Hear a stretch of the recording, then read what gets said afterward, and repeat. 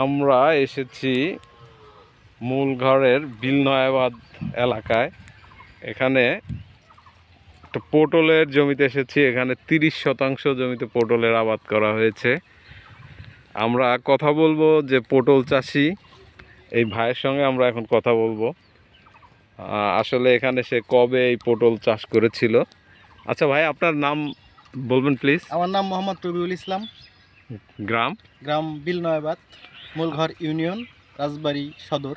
আচ্ছা, আপনি যে এখানে পটলের আবাদ করেছেন, এটা আসলে কবে শুরু করেছেন? এটা গত বছরের ক্ষেত।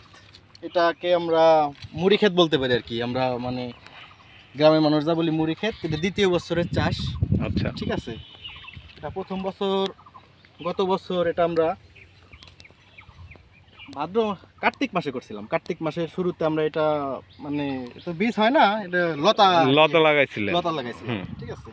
এখন প্রথম বছরে তো মানে মাশাআল্লাহ অনেক প্রফিট পাইছে এই ক্ষেত্রে। এখানে তো 30% জমি। 30% আপনি কত মন বিক্রি করছেন? মন না ভাই, টন। টন বলেন, মন। আচ্ছা আচ্ছা, ফাইন।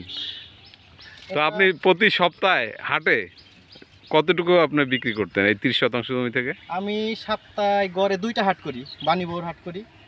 তারপরে মাঝে মাঝে যখন বেশি হয়ে গেছে তখন অন্য হাটেও করতে হয়েছে। তা আপনি গড়ে সপ্তাহে 8 থেকে 9 মন পটল আমার তুলতে হয়েছে আর কি। 8 থেকে 9 মন। তো আপনি একটানা 9 মাস বিক্রি করছি একটানা। আচ্ছা আচ্ছা, তো এটা দ্বিতীয় বছর।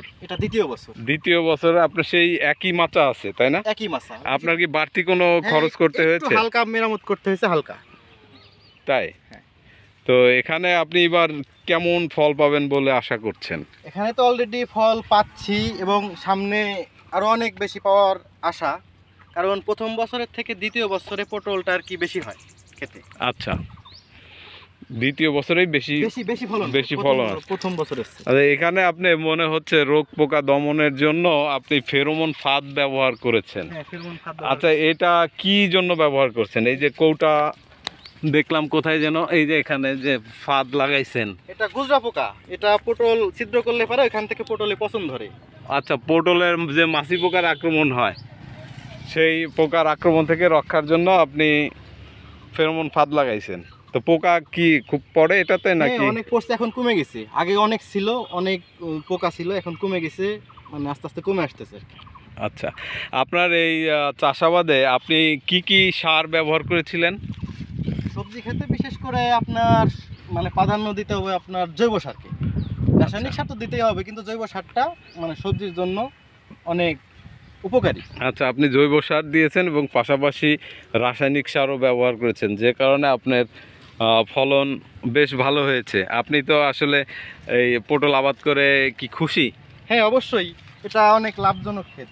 এটা একটানা 8-9 মাস বিক্রি করা গেলে তো বিশাল ব্যাপার। একটা অনেক লাভজনক ক্ষেত পটল ক্ষেতটা। এটা কয় বছর রাখা যাবে ভাই? এটা আপনি যত্ন করলে আপনি 5 বছর রাখতে পারবেন, যদি যত্ন করে রাখেন।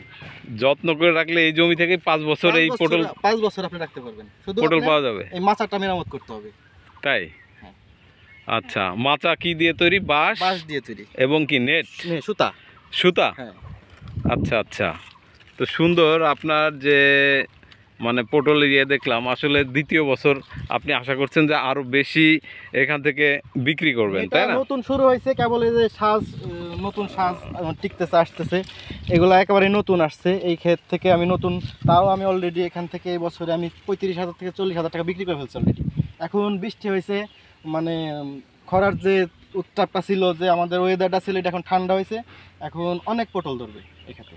আচ্ছা, মাশাআল্লাহ। আমরাও দোয়া করি যে আপনি এই পটল থেকেই স্বাবলম্বী হন এবং আপনার মুখে হাসি ফুটুক, এই আশাবাদ ব্যক্ত করি। কিছু আল্লাহ তাআলার হাতে, দেয়ার মালিক আল্লাহ তাআলা, শুধু আমাদের চেষ্টা।